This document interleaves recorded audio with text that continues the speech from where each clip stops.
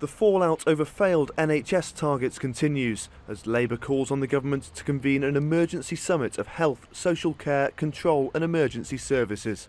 Scarborough was one of a number of hospitals around the country to declare a major incident as medical staff struggle to cope with patient numbers. Scarborough Hospital has got around 30 or so nursing vacancies, qualified nursing vacancies. If I could recruit those nurses, and I want to recruit those nurses, and I've got the money to recruit those nurses, I could open an additional ward, and that would make all the difference. We're also short of consultants, particularly emergency department consultants and physicians, general physicians. Well, British health workers are threatening a walkout over the government's spending cuts. Unions say they're enduring a 2-year pay freeze, which could be extended, as well as an increased workload, all of which is ruining medical staff morale. What's more, patients like 81-year-old Florence Cunningham certainly experienced a crisis, waiting 11 hours for an ambulance after she collapsed at home, then being left on a trolley outside A&E at Portsmouth. I'll tell him what's disgusting. It's a Prime Minister who said people could put their trust in him on the NHS, and he has betrayed that trust. Mr. Speaker, he's in denial about the crisis in the NHS. This is a crisis on his watch as a result of his decisions. That's why people know if they want to get rid of the crisis in the NHS, they have to get rid of this Prime Minister.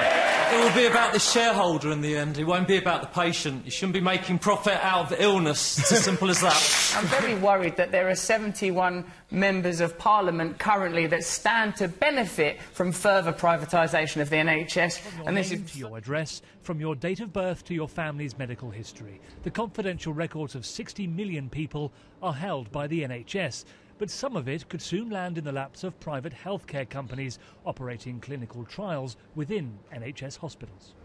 Closer collaboration, says the Prime Minister, gives patients earlier access to cutting-edge treatments, and private firms benefit during harsh economic times.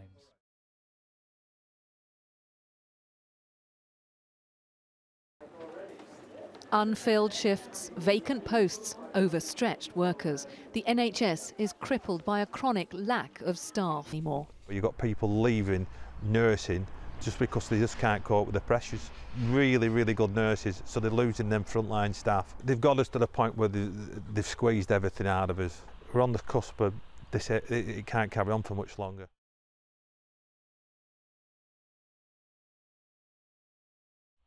Based on freedom of information requests to hospital trusts, we calculate more than 20,000 internal complaints are being made by NHS staff to their managers each year. That's 80 complaints a day, and 69% of them are about staff shortages in our hospitals. But at the moment, staff morale is plummeting. Yesterday, Jeremy Hunt, this government, Jeremy Hunt, signed the largest privatisation deals in NHS history. And how many bloody deals did he sign? He signed 11.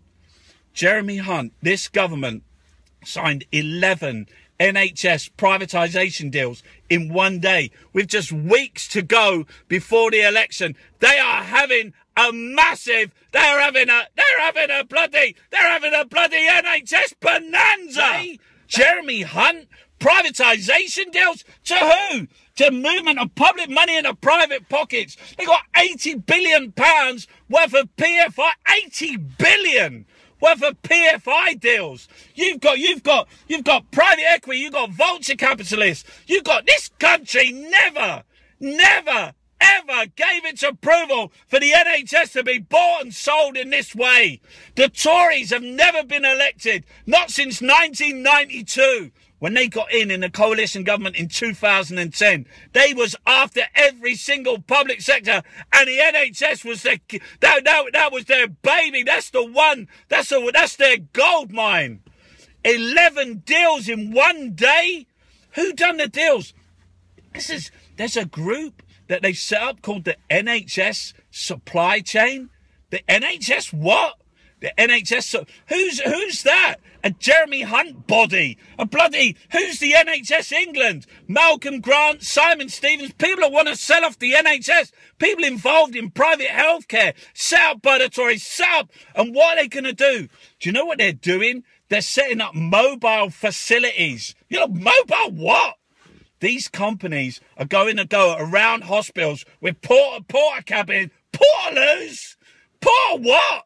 They're going to go around looking at helping with hearts, with joints, with x-rays, with diagnostics. Yeah, they're going to bring tents. They're bringing bloody tarpaulin tents. That's what they're doing. They're going to be setting up in car parks of hospitals. They're going to be, this is how they cut the costs. They don't even have bloody real, they're just going to bring tents. So it costs a pair. Just let's go down Halfords and get one of those, and you got to crawl in really tight, and you go in there and it's all dark, and you've got a little light, so let me look in your eyes and get you open and give them an x-ray. That's what they're doing to cut costs. You know, some of these companies are like Alliance Medical, who's Malcolm Rifkin. You know, the guy who's he's on their board. He's been taking hundreds and millions of pounds. And Alliance Medical, you've got Care UK. Do you know Care UK? Care UK is John Nash. Yes, John Nash. The same guy who's involved in academies, he's also involved in bloody private healthcare. Well, there's a surprise. Lord Nash. He's Lord Nash, Chucky. He's got a £75 million workfare deal from Ian Duncan Smith. Hang on a minute, he's in workfare? This guy's everywhere. These are carpetbaggers. You got HSBC laundering money, private money in bloody Swiss bank accounts. They're giving them £1 billion PFI deals. You can't make this shit up. Lord Nash, Lord bloody Nash. Care UK. Do you know Care UK? They were driven out of Suffolk because the care homes that they was running was so awful because they got their staff haven't even been. They got untrained staff. They got agency. He probably pulls them straight from workfare and puts them straight into a tent coming soon outside a hospital for you. So you can get your heart bloody diagnostic in a tent from fucking Halfords. Probably get all the camping equipment and the stove. Can you even imagine the controlled demolition of the NHS? Yesterday, the largest deal in history. You got companies like Circle and Vanguard and Nuffield. Circle, they pulled out of the hospital because they weren't making enough profit. We can't make money out of this. You just take millions of pounds, strip it bare. Hospitals are not for profit. But that's the coup, isn't it?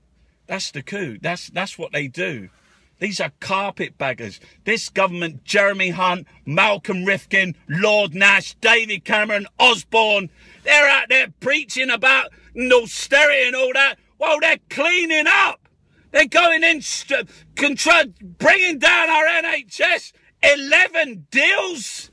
11 privatising. They say we're not privatising. We're not privatising. Who's privatising? 11 deals in one day, weeks before the election. That sounds like they're having a quick raid at the bloody coffers to see how much money they can get.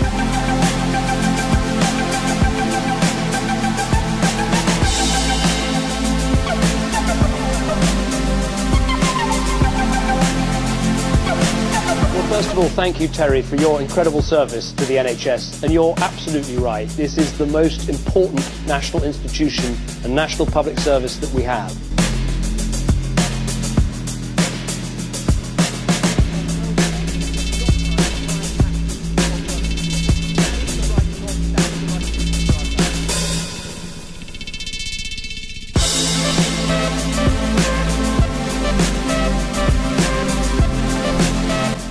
When it comes to our elderly, there's perhaps one thing that matters above everything, and that is knowing the NHS is there for you.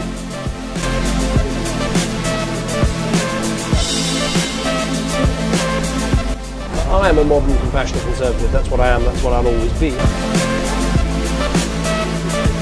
Why is it that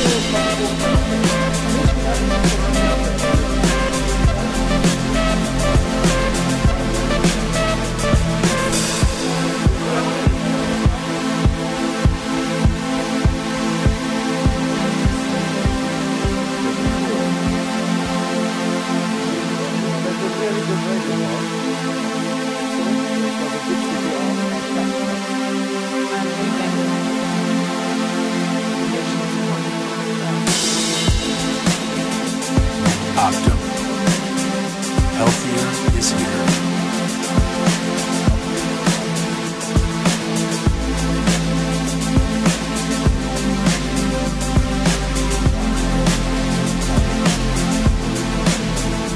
And we also managed to take out of the NHS 20,000 bureaucrats because I want the money spent on patient care.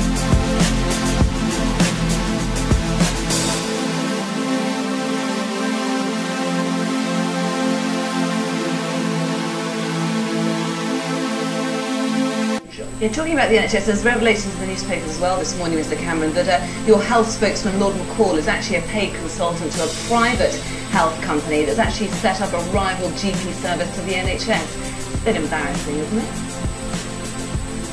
Well,